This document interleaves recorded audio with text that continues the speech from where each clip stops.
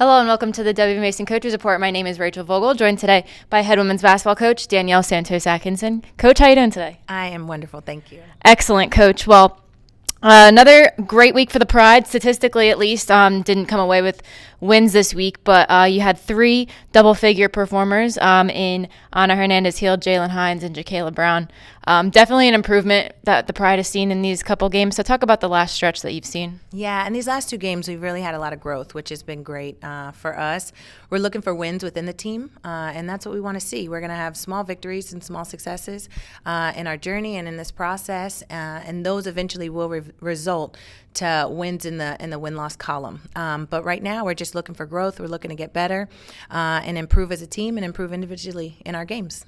So you mentioned small victories. What are some of those small victories that you look forward to practice and games each week? Yeah, our intensity and our energy on the defensive end was something that we definitely had to pick up and see growth in that area. We were giving up way too many points, and we saw that in the last two games. They did a great job of really bringing it on that end of the floor. They did a great job in the rebounding side of things and not giving up second chance points. One area that we still have to improve on down there is the threes that we're allowing teams to get. But definitely our defensive energy, and then offensively our execution, and people being aggressive enough to get themselves the open shots, and then being able to have the confidence to knock it down when they get it. And then looking at the Howard game this past Sunday, season high 64 points, and you had four double-figure scores in that game. So talk about how it needs to become a consistent level, and then what it means to finally reach that goal. Yeah, that's definitely something that we have the potential to do is have consistency of those double-digit scores in 4 or 5 people for sure, and it's what we're going to need to win. We're going to win by committee. We're going to score by committee.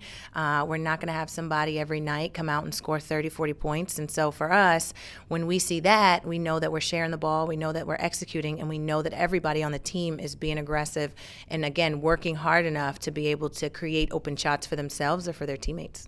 And as you mentioned, Hofstra this season probably won't have those 30, 40-point scorers on a consistent basis, but Jaylen Hines averaged a double-double this week, 12 points, 10 rebounds. So talk about how her performance has really impacted the team. Yeah, Jaylen's a great player, and she's definitely an impact player for us, and she is a double-double player. Getting her to recognize that and getting her to understand that that's what we need from her every game is what we're working on. But she's a double-double player, and she can produce on the offensive end, and she has the ability to go get rebounds. Now it's just getting her to do that consistently and have the confidence to be that aggressive every game. And talk about your freshman point guard, Cirelli Neza. She had 13 assists this week, including 9 against Howard, which is a very big number for a Pride player. But talk about her as a playmaker and what she can do offensively to help quarterback this team. Yeah, the great thing about Cirelli is that she can score, and then she can also set her teammates up. And so she does a great job of doing both. And so players have to guard her defensively or she's going to score. They can't just sit back. She has a great shot from the three-point line, and she's got a great pull-up. She can also get to the basket, so she can score on multiple levels.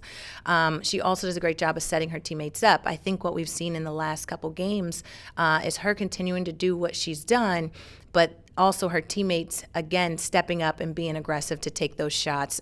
She can set them up, but she can't make them shoot the shot. And so that's one of the things we've been talking about. When you're open, shoot the ball. When you have a lane to the basket, attack, and having that confidence. And so she's continuing to do what she does and getting people the ball, and they've stepped up in their scoring and looking to score.